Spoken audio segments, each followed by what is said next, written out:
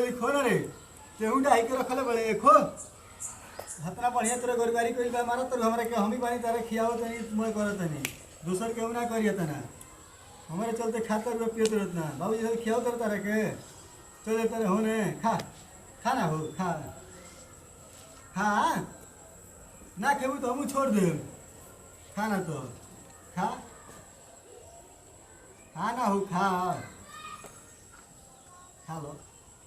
परी खा लो हमारा खेलू हमारा खा जीबू हाँ खा लो हमारा खियाओ ओम जय अम्बे गौरी खालो हाली से नहालो खालो तकी न नदिया जोरे जात रही बोहरी गजर देवरा देखावे हरिहर नमरीना क्या मदद नहीं सब हमारा करम नहीं है बचा हो दिन भर गोबर उठाओ झाड़ू मारा हई करो जो मैं हमारे बिना बा पूछ के नहीं करो गोरा कहाँ थकी हो गोरा अभी के लिए बा कुछ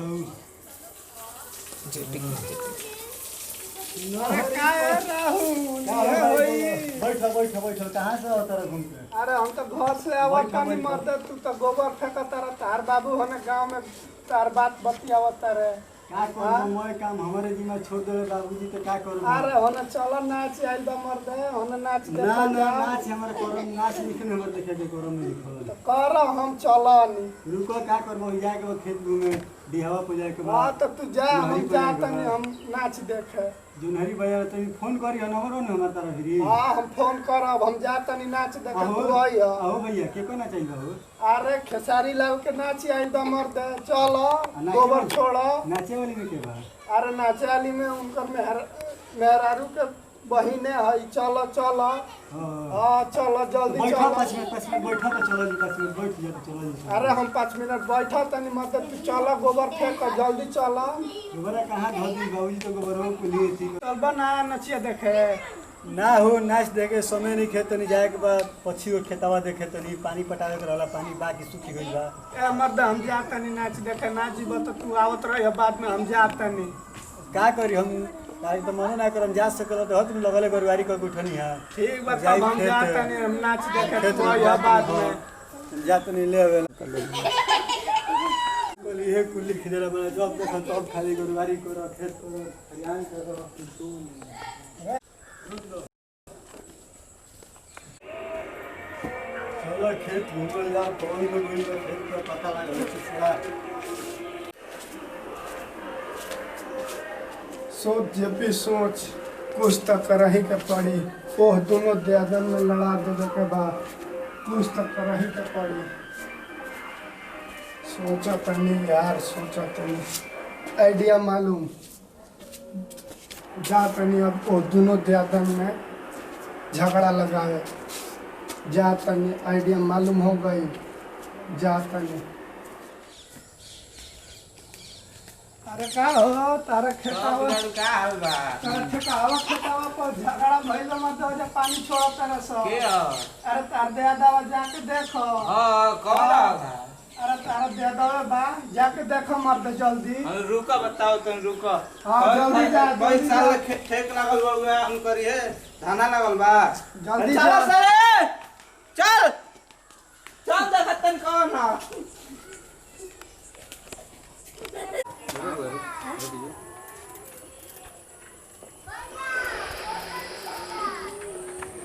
में कुल घास जाम मिल बा केहू देखे आओ तो नहीं कि हम ही बानी अकेले तू देखभाल कर तारी खेत के पते नहीं है जो साला घास कोनो दवाइयों नहीं खे मिलत घास चारे वाला धानो कुल बर्बाद होते सब कुल मार धान पर दिए का कला गिर बड़ी सो क्या करी बुझते नहीं थे धान कि झर के पगड़ी आए नो अरे दोहता खजना मनु हो ननद कहे आसनी के ननद या खेला मने एगो लेके अइली हो ए ननद सोई आसनिक ननद आँख का हो ए ननद ओए ननद ओए है ना खेत में ठेक चलत है तो काहे का कर बड़े रे थोड़े से है का कहल चाहत रह का कहल खेत में ठेक चलत है कोई चलत है तो काहे आवे बड़े हमार हो बोप चाहे कुछ हो हो हमार हो लिखल में हमार हो हां हमार हो हो कहां लिखल में कागज पे देखियो कागज दिखाओ बताई में तब दिखाओ ए कोई साल में कोई मार के लठिया में दे में हम मारो हट जा ना तो ना हटो हट ना मार के बुला लो तू ही निकाल ना मार के चल मार लो हाथ तो मार का मुट्ठा मारिया तो मारिया और मार के फाड़ दे कमरिया हंसी हट हट हट फाड़ दे हम खेत खेत में खेत हमार खेत हो हमार खेत हो साल मुआ देबो तो हम मान जो ना तो मुआ दे मान रे मुआ मुआ दे भमु क्या में लठिया रे लठिया दे रे दे मुआ दे भमु मुआ दे मुआ दे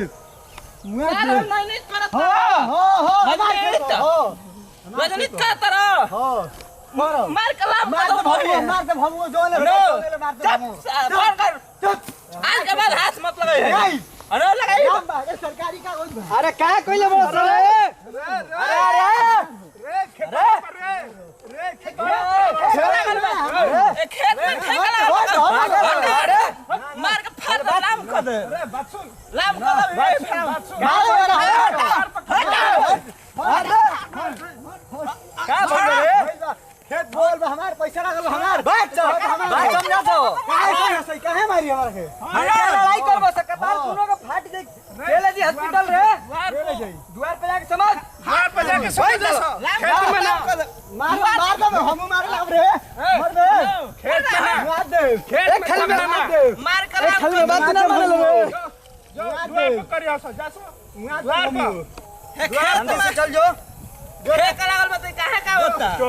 द्वार पे पंचायत हो जो देखो लो लड़ाई अपने में ना करे के चाहिए हे जा खेत खरियान में लड़ाई करत रहो अच्छा सुनो पहले बात सुन लो आज तहार कपार फूट गई चाहे हिंकर फूट गई ते जाले के ले जाई अच्छा तू ही बताओ भैया हमें गलती क्या करती है घास गलती बा गाय गोरुवारी जीवन नु समझी गलती ना के खेत में ठेक लागल बा हम काहे का होता नहीं जोते हरिया